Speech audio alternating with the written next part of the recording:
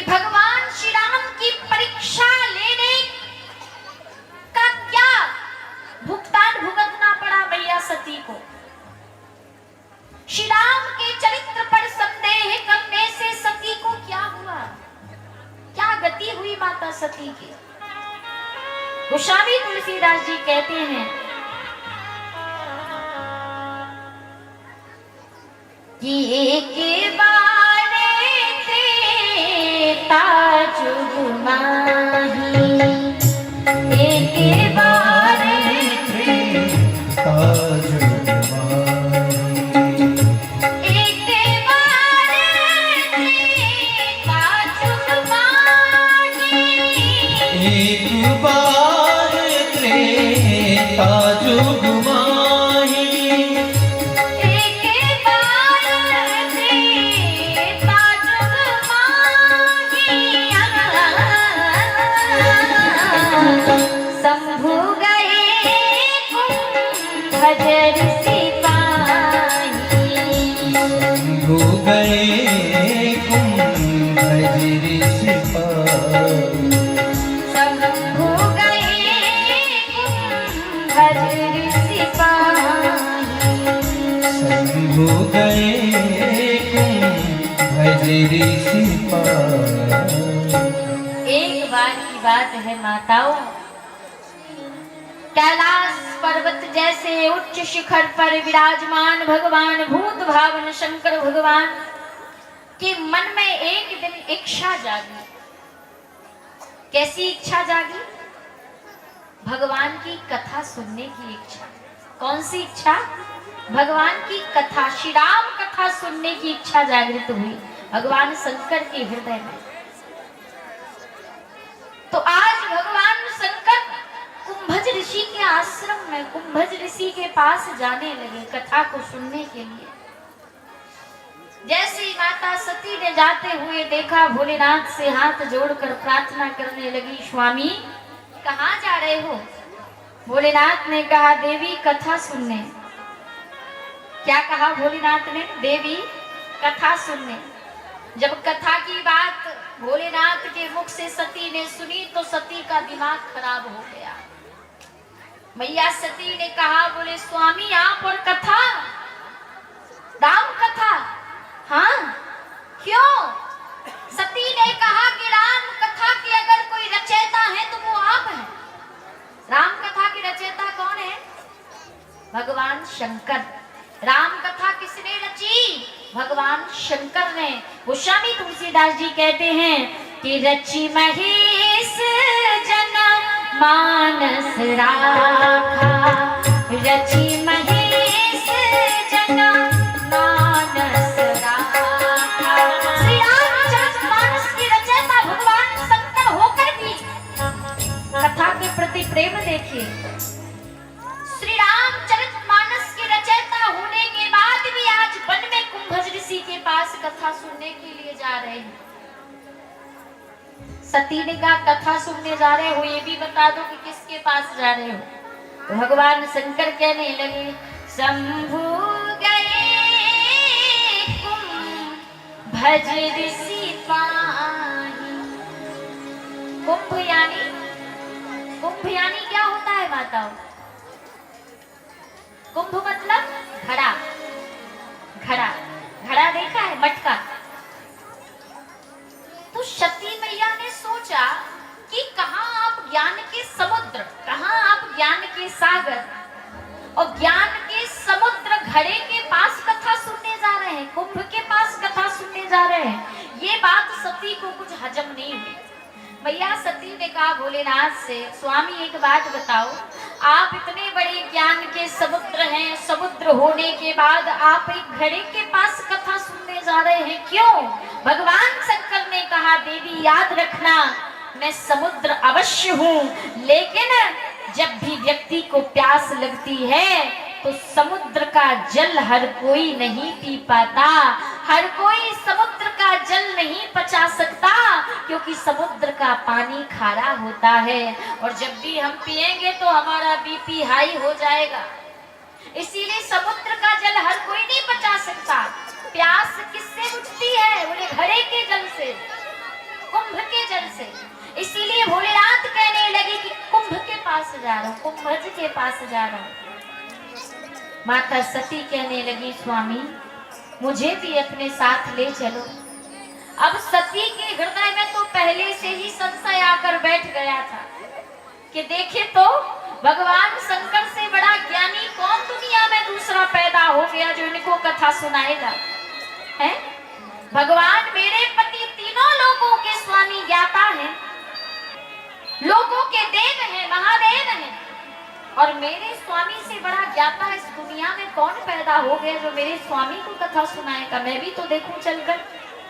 तो भगवान शंकर से प्रार्थना करने लगी स्वामी मैं भी आपके साथ चलूंगी। भगवान शंकर ने कहा ठीक है देवी, ये तो बड़ी ही प्रसन्नता की बात है, चलो।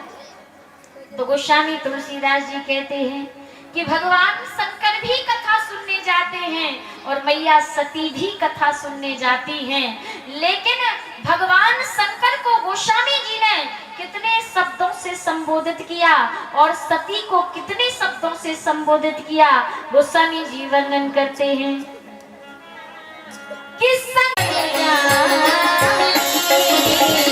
पूजे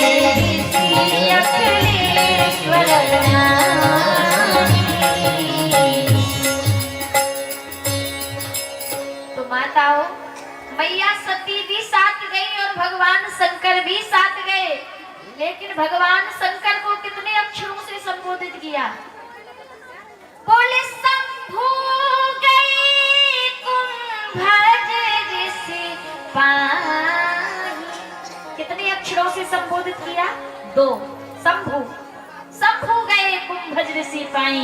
मैया सती भी साथ गई, इन्हें कितना बड़ा चढ़ा कर लिख दिया। बोले संग सती जग जनानी भवानी और पूजे ऋषि अखिलेश्वर रानी। आज जब कुंभज ऋषि ने माता सती और भगवान शिव को देखा तो तीनों लोगों के माता पिता जानकर दोनों का पूजन किया। आज जब कुंभज ऋषि माता सती और भगवान शिव का पूजन करने लगे तो सती के मन में संदेह जागृत हो गया, संशय आकर बैठ गया और बोले सारी चीजों का इलाज है दुनिया में, लेकिन शक का कोई इलाज नहीं है, संशय का कोई इलाज नहीं है। ये रोग ऐसा होता है कि एक बार जिसे लग जाए फिर वो मिटने वाला नहीं है। और सती के मन में संशय रूपी पक्षी आकर बैठ गया। सती सोचने लगी कि ये ऋषि मुझे क्या कथा सुनाएगा, ये मेरा और मेरे पति का पूजन कर रहा है, ये मुझे क्या कथा सुनाएगा। और जब मन में संशय रूपी पक्षी आकर बैठ गया, जैसे आप लोगों के मन में कथा सुनने से पहले संशय रूपी पक्षी आकर बैठ जाए कि ये देवी जी क्या कथा सुनाएंगे, हैं? तो बताओ कथा में मन लगेगा? नहीं लगेगा। आज वही दशा सती की है। सती ने कथा शुरू होने से पहले ही अपने मन में संशय रूपी पक्षी को बिठा लिया कि ये ऋषि मुझे क्या कथा सुनाएगा, ये मेरा और मेरे पति का पूजन कर रहा है। और जब कुंभज ऋषि ने, अगस्त मुनि ने जब कथा को प्रारंभ किया तो भगवान शंकर ने तो राम कथा को भाव विभोर होकर सुना, मन से सुना, लेकिन मैया सती का राम कथा में मन नहीं लगा। और भगवान शंकर जब कथा सुनने आए थे तो क्या थे? क्या थे? शंभु गए कुंभज ऋषि पाई। और जब कथा को सुना तो क्या बन गए? कथा को जब भगवान शंकर ने मन से सुना तो क्या बन गए? कि राम कथा मुनि बरज बधानी। कथा मुनि बरज बधानी।